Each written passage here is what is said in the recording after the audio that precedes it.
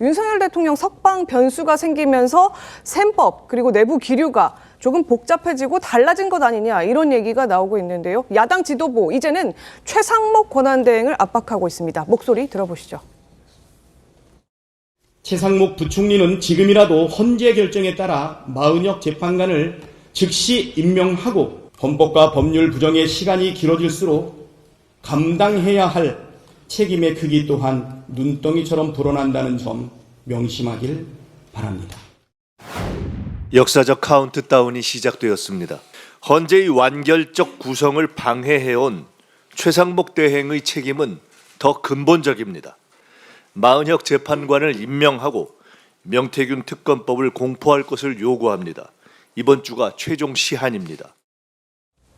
네, 어제 민주당 비공개 의원총회를 열었었죠. 이 자리에서도 최상목 권한대행 탄핵을 놓고 격론이 오갔다고 합니다. 화면 보시죠. 네, 최고위 참석자 지금 심우정 검찰총장 탄핵 얘기가 나오는데 이보다 마은혁 헌법재판관 후보자 임명을 하지 않는 최대행에 대한 탄핵 목소리가 더 크게 나왔다 이렇게 전했고요. 또 수요일까지 헌재 결정을 조금 더 기다려보자. 비상시기이기 때문에 비상행동을 해야 한다. 자제해야 한다는 목소리도 동시에 터져 나왔다고 합니다. 자, 왜 최상목 대행을 탄핵해야 하느냐? 노종면 원내대변인의 글을 보면 민주당이 굉장히 불안해한다는 걸 감지할 수 있습니다. 함께 보겠습니다. 시간이 지체되고 일단 민주당 측에서는 8대 0이 뭐 확실하다라고 주장을 하면서도 시간이 길어지고 지체되고 여러 가지 변수들이 발생하면 혹시 모를 5대 3 그러니까 탄핵 기각을 막기 위해서 방지하기 위해서 확실한 성향을 가지고 있는 마은혁 후보자를 어떻게든 집어넣어야 한다, 임명시켜야 한다라는 그런 주장, 그런 목소리들이 지금 민주당 당내에서 나오고 있는 것 같습니다. 그래서 그 불안감과 초조함 때문에 어떻게든 마은혁 후보자를 넣어서 확실한 탄핵 인용을 이끌어내겠다는 게 민주당의 생각인 것 같습니다.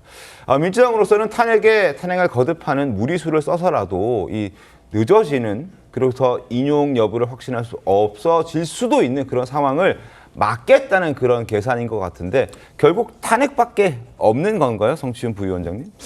근데 일단 저희는 마은혁 재판관이 임명이 되더라도 네. 저는 윤석열 대통령의 탄핵 심판에는 참여 안 할 거라고 생각합니다. 그리고 하기도 어렵다고 생각을 하고요.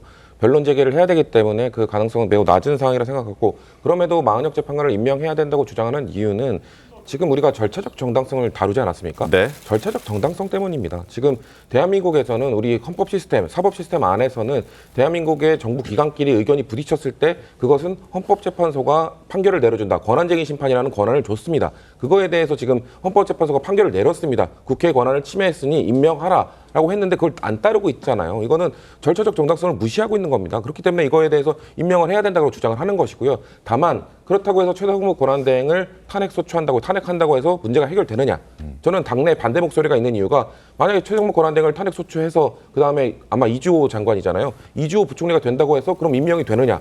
아니잖아요. 아닐 거라고 보거든요. 그렇기 때문에 탄핵 소추를 해서 마은혁 재판관을 임명할 수 있다면은 하다는 얘기에 힘을 실어줄 수 있는데 그게 실효가 없으니까 아마 당내에서 반대 목소리가 있는 걸로 알고 있거든요. 탄핵 소추를 해봐야 어차피 임명이 안 되니까 좀 더 기간을 두고 지켜보는 게 맞다. 전략적 인내를 하는 게 맞다라는 의견들이 저는 있기 때문에 지금 최상목 권한대행을 탄핵 소추하느냐 마느냐 이걸 갖고 지금 아직도 논쟁을 하는 걸로 알고 있습니다.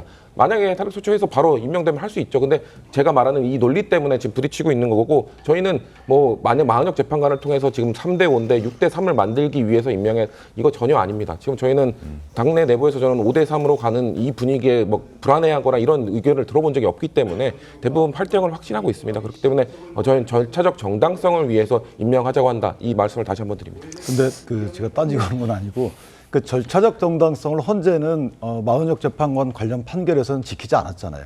원래대로라면 국회에서 별도의 권한쟁의 심판을 위한 의결을 얻어야 된다라고 본분이 세 분이란 말이에요.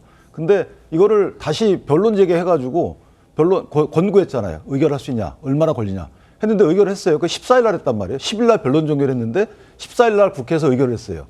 촉구한 결의를 했어요. 그러면 변론 종결 이후에 이게 하자가 치유됐다고 보여지는 건데 이게 일반 재판에서 있을 수 없는 겁니다. 모든 하자 치유는 변론 종결 전에 있어야 되는 거거든요. 이것도 그냥 지나가요. 그렇다면 헌재 스스로가 절차적 정당성을 안 지킨 걸로 볼 여지도 큰 거죠.